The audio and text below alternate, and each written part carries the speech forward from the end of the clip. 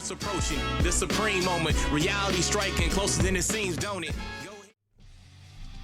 What's good? So let's go ahead and get started with another showcase. This is one that I've had Rainbow for a while, but I actually never did a full-on 100% potential showcase for. This is the Super Saiyan 2 Vegeta and Bulma unit, the free-to-play version, and obviously much less capable than the strength counterpart, but I did get a couple of comments wanting to see this unit tested on Vegeta's Lineage category, so we'll go ahead and get started. As always, we'll cover the stats and then we'll move on to just general topic discussion about the unit itself. So again, this is the free-to-play Super Agility Super Saiyan 2 Vegeta and Bulma unit. Also has similar counter mechanics and whatnot like the strength version does. And most likely what people use this unit for is to farm SA for the strength version. So leader skills, agility, Ki plus 2 HP and defense increase of 50%. Super attack will cause supreme damage to enemy. Passive skills, Ki plus 3, attack and defense increase of 50% when facing only one enemy. Counters with enormous power upon receiving normal attacks. So it still does have that counter mechanic, but you're really going to be taking some decent hits every time he gets attacked. So in terms of link skills, you're looking at Saiyan Warrior Race, that is 700 to attack. Royal Lineage, plus 1 Ki. Prodigies, 10% increase to attack. Golden Warrior is plus 1 Ki. Enemy's defense minus 2000. Berserker is 20% increase to attack when HP is 50% or below. And Prepare for Battle is plus 2 Ki. So again, he does fall into the combination category, but also the Vegeta's Lineage. So again, a lot of people wanted to see this unit tested on that category, and here we are. So at 100% potential, you are looking at HP levels of 9,197, attack is 10,868, and defense is 6,936. 12 Ki Multiplier is 140%.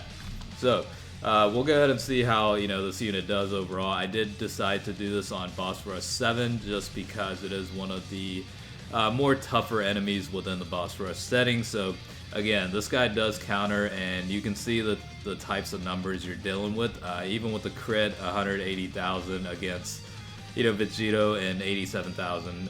As marginal and small numbers as they are, I guess in the grand scheme of things, they do add up to a couple of 100,000 worth of total damage, per turn. So, in the grand scheme of things, I guess it's not too bad in terms of, the overall damage capacity. However, you do have like Bra in the rotation, providing that 40% to attack as well, and all that kind of stuff. So, it's hard to gauge how useful he would actually be right now, depending on what style you play. But even as a free-to-play format, I think at this point, and you see LR Super Saiyan Vegeta on the rotation as well, there are a lot of good free-to-play units now. So it's hard to figure out how viable this unit actually is still. But at the end of the day, I did want to include this unit on here just to show them. I mean, 557,000 potential-wise in terms of attack output and damage potential. That's still pretty decent. On top of that, you do have to factor in that he does have the ability to counter. So I think he hit for about 300,000. Let's say he's got 2 or 3 incoming attacks. You get lucky with the crits and are able to hit for about 180, 200,000. It will certainly add up in terms of total damage applied to the enemy. So I guess you do have to think about it that way in a sense, not just from a per attack standpoint. You know what I mean? So he could certainly be a decent option. I don't know how useful he would be for a lot of players nowadays, but he could certainly be utilized, I think. Again, it really does depend. Based on the types of enemy you're going against. I'll tell you right now, Battle Road, he'll get demolished. Chances are, I mean, even if he has the counter ability, he's probably going to get hit for too much. I mean, you're talking about defense levels of literally 6,936. That is very low in terms of defense potential, even at 100% rainbow status. So obviously not the best of choices regarding that sort of setting. We'll see how he does with the super attack from Ultra Instinct Goku right here and see what kind of damage we're looking at. So, I mean, 108,000 really isn't too bad, I guess. A lot of other units do tend to get hit for similar amounts, so, you know, I guess he's okay overall. Again, counters for about 170 with the criticals, and then without it, you're looking at 87. Couple attacks here and there. You could easily get to about 250,000 to, you know, 300,000 range, depending on how many attacks you come in, plus his own super attack. So, I mean, yeah, you could definitely get in a region of anywhere from 400,000 to, at best case scenario, 700,000 in terms of potential. So, you know, it's certainly a decent enough unit to where you could consider using.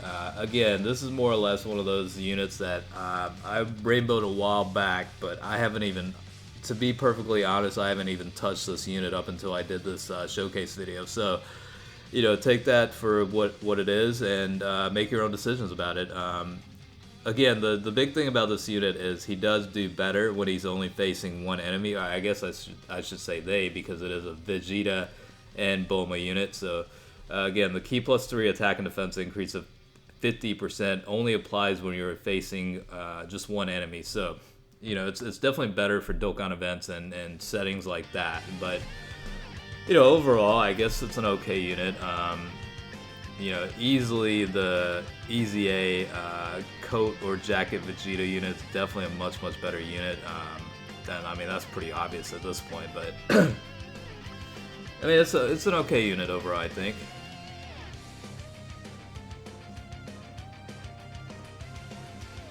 So 115,000. You know, surely it could be a lot more, but that's still a pretty decent amount. However, I think, you know, like, if you get lucky, like, for example, this guy, I did give him level 11 for additional attack and level 15 for criticals in terms of the potential levels, so that right there, that rotation was actually pretty good. He was getting a lot more criticals than typically, so, you know, in that sense, I guess it is pretty decent. Again, I think it really just comes down to how good your deck is, if it's even worth rainbowing this unit. Again, he's more tailored to Dokkan events where you're only facing one enemy, so in this sense right here, he's not getting the 50% increase to attack and defense. However, they're much weaker enemies at this point, so it doesn't really matter. But yeah, I mean, he's a okay unit overall.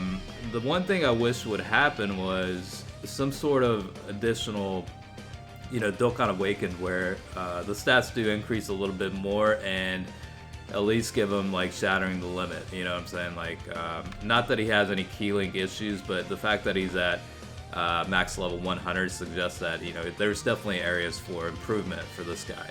Again, ultimately, this unit was created as SA fodder for the Strength Super Saiyan 2 Vegeta and Bulma unit, so of course, you know, people are going to prioritize that unit in terms of, you know, how to utilize the agility version. So again, take that for as you will. I'm sure there are plenty of you guys that have rainbowed this unit as well.